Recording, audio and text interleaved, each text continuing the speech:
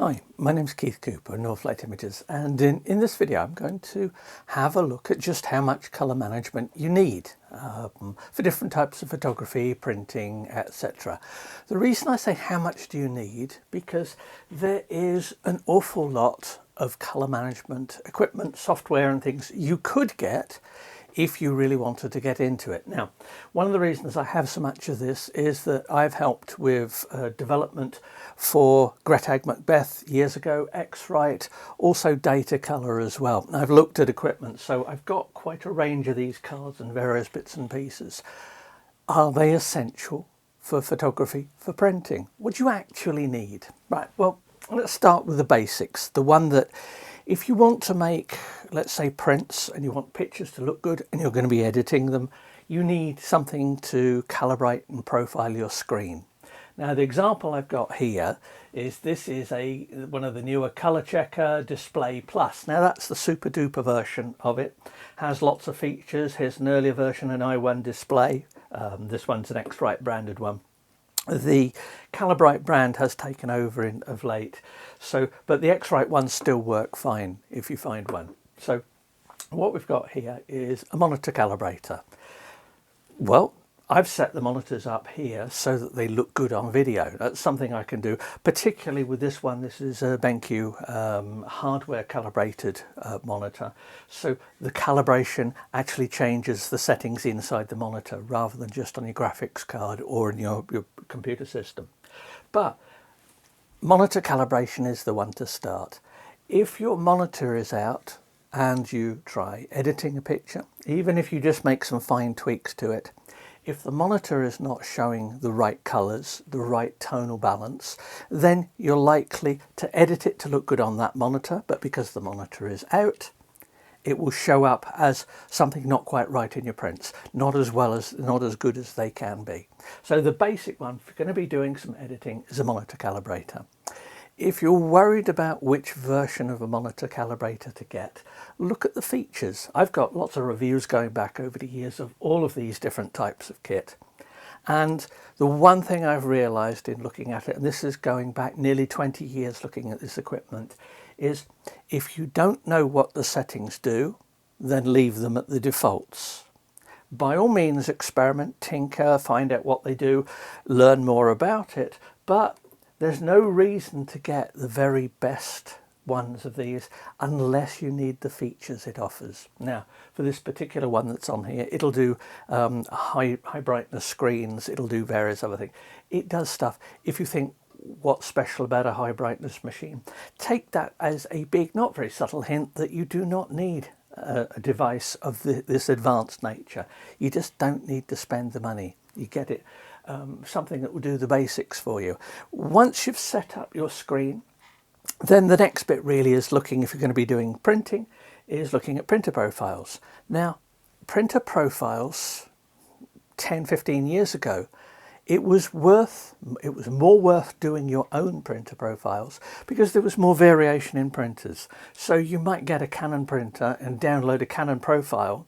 And yeah, that was a Canon profile for that printer, but the variation in printers was such that it might work well with yours, it might work okay. Rarely were they bad, but never were they truly optimized.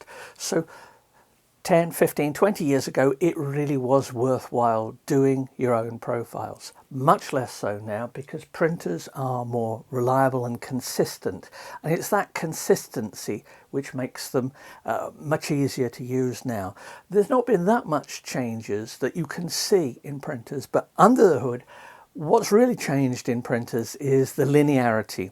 In other words, how much work does your printer profile have to do to get a good output? That's got easier, they're more consistent, so the manufacturer's profiles are better. If you buy a third-party paper, go to a supplier that either offers to make you custom profiles or supplies profiles with the paper for your printer. That's a good way of doing it as well. So there are far fewer people who would need to do their own printer profiling. You might want to do it because you're interested in various different processes, printing on film or something like that. But for general colour printing, makes not a lot of difference these days if you can get the profiles. It's not to say you shouldn't make your own, because it could be very useful, but beware that you will have to spend some money. And there's always that temptation of, once you've spent a bit of money, that if you spent a bit more, well, you'd get better results. Maybe, but not necessarily so. So if I take something here like the i1 Studio, or CC Studio as it is now, this originally came out as the Color Monkey. It's the same device essentially inside over the years. The software has changed a little bit, but this will make you perfectly acceptable printer profiles for most printing. If you really want to go overboard, you can get yourself a spectrophotometer. I've got the robot arm. I've got a video about using the robot arm system that sort of scans prints, or you can go the whole hog and get something like this. This is an i1 ISIS. If you wanted this and the software to make the profiles, you're not going to get much change from £5,000. I'm going to suggest that very few people, unless you're commercially making profiles with work like that, need something this advanced. Yeah, it's nice. It lets me make profiles quite quickly. It's one of the reasons, and in fact, it's one of the major reasons why I produce so many profiles when I do printer reviews, is because it's easy to do with this. If I had to do profiles with something like this, or one of the intermediate stages models, you know, with a spectrophotometer, do the reading of the patches by hand. So this is the chart you print out to make your color profiles. Chart that out, print that out, read it. That one there goes through a device like this. If I had to do that all manually, you would not get so many profiles in my printer reviews. Nowhere near as many, because it quickly becomes a very tedious thing to do. I would just mention that there is some excellent software called Argyle CMS, which is free to use, which is very powerful, works with all these devices, but has a fairly steep learning curve. There are some sound reasons why I've never done articles or videos connected with using Argyle CMS. It is command line driven, and it's great if you want to learn how to do it, but be prepared to put the effort in. I've got all of this kit, so I don't really bother with it. It is a bit too much like hard work for me, but it won't cost you anything, so you might decide that that's an important matter in this. So printer profiles, they are vital to use. Printer profiles are what give you consistent and accurate results. Printer profiles do not make all papers or printers look the same. They are there to produce as good an output as possible on that particular paper, in that particular printer, with those particular inks.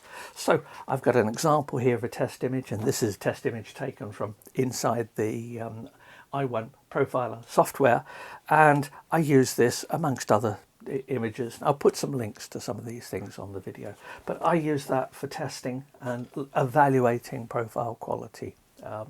That's what test images are good for when you make your own profiles. They're good for checking that you've set things up. The test images work just as well whether you made the profile yourself, or for example you've downloaded one from Epson or a paper manufacturer. They will do everything you need to test things. So we've got screen, printer, that covers it for a lot of other things. What other areas of colour management am I going to have a look at? Well, scanning. And I'll round off on colour management for cameras. Now that is a lot more contentious of just how useful it is. But anyway, first, scanners. If you scan, and you can use a target to test your, to check your scanner. This is the basic colour checker card. This has been around for years. This is the X-Rite one. That's been around for years. That's standard set of colours. You can use that to, in fact, you can use one of these to produce profiles for cameras and scanners.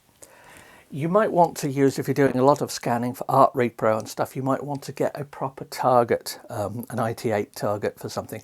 But that's the sort of thing that if you're going to do much scanning, the software I always suggest is ViewScan. Excellent software. Good calibration built in, but if you really want the precision, get yourself a target, create that. It's dead easy to do. ViewScan, it's excellent software. Now, I've got several different versions of this target here, and these have different uses. So here is standard colour checker. This is colour checker passport. Now, I use this as much. This one's travelled about a lot, as much because it's got a grey card.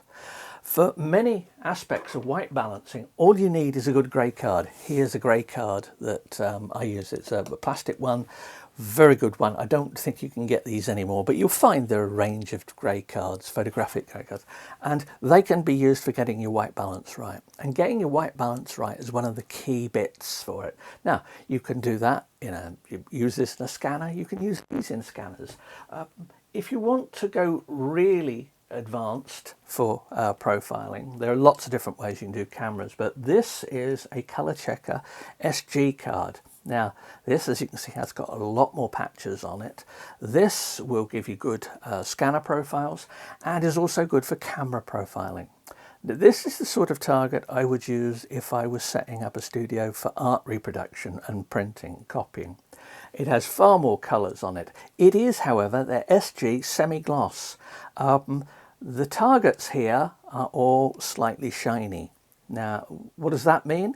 It means you need to get your lighting spot on. If I move it, you'll see what I mean, the problem of getting that. Now, as it stands there, I don't think it's getting a reflection off anything, but you have to be very careful lighting that. Less so with the standard colour checker cards, and the standard colour checker cards here has a matte finish. This is the large studio version, small. There's an even smaller version. There's a small one like this I use sometimes when I'm doing macro photography and I want to check things out. But that's the targets. Oh, there is a colour checker passport for video as well, which I use sometimes for checking focus. That's for colour grading, and there is a black, grey, white bar for setting your video levels. That's all useful stuff for video. Video's slightly different, so I'm not really going to cover that here, other than saying that there are products available for it. So I've got all the stuff. This is software. This is i1 Profiler. This is set up for making a printer profile. I can use the same software there for making other profiles. I can use it for camera profiling, all kinds of bits and pieces like that. But that's the range of stuff that I use. I did just mention, I'll come back to camera profiling again.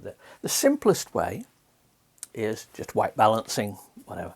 You can make DNG profiles, and these are usable. I use them in Photoshop, you can use them in Lightroom as well. And you can make camera profiles for specific lighting. I don't believe in normal use. I do not calibrate profile cameras. If I'm doing a studio setup for product photography and I've got a new lighting setup, then I will take a photograph of a profile of this color checker card and make a profile for it, for the camera, DNG profiles. They're really quite specialized things. Now, I'll put some links to where I have made camera profiles like this, and you can see the difference. It's particularly noticeable if you're using LED or cold fluorescent lighting. Less so perhaps for flash, or certainly for daylight, but in general, if you've got unusual lighting, take a shot of one of these. You can always fix it afterwards if need be.